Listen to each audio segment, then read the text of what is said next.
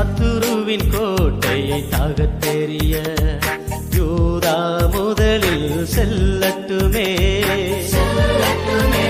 நம் தேசத்தின் முகத்தை முறித்தெறிய துதிக்கும் வீரர் எழும்பட்டுமே. சத்துருவின் கோட்டையை தாகத் தெரிய யூதா முதலில் செல்லட்டுமே. நம் தேசத்தின் முகத்தை முறித்தெறிய துதிக்கும் வீரர் எழும்பட்டுமே. யூதாவின் செங்கோ